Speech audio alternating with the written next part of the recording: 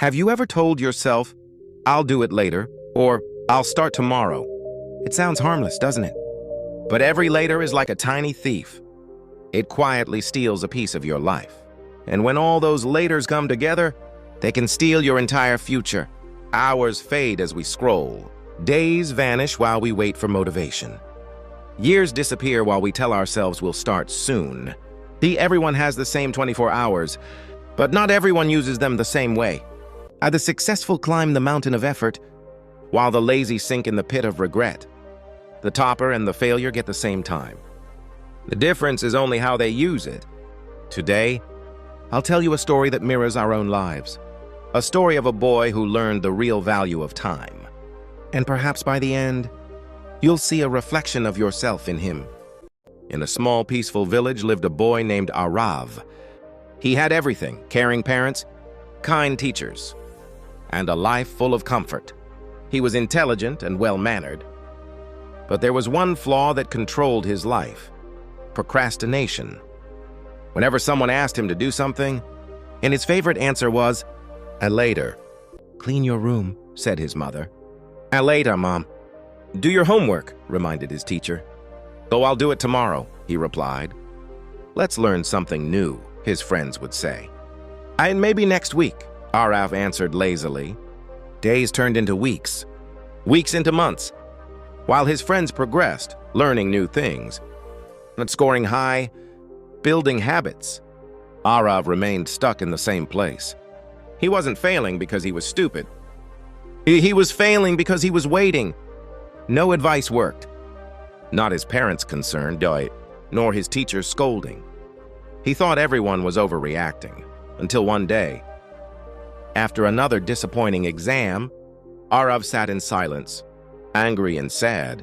His heart whispered, "Why can't I change?" Someone told him about a wise old monk who lived near the river. People said he had the answers to every problem in life.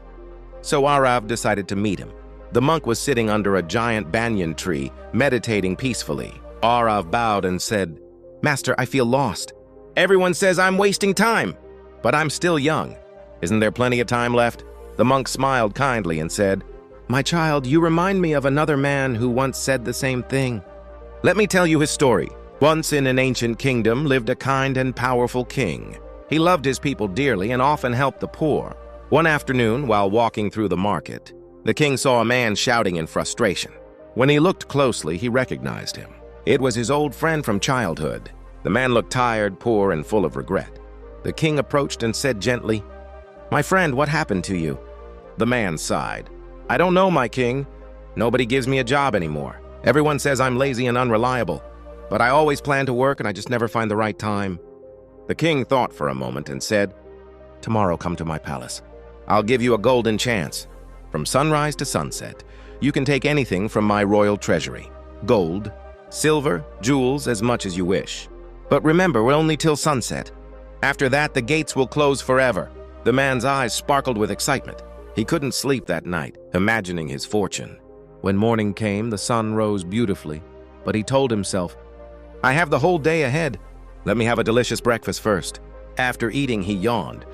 "I'll go after a short nap," he thought. When he woke up, the sun was already shining high. Still confident, he said, "There's enough time.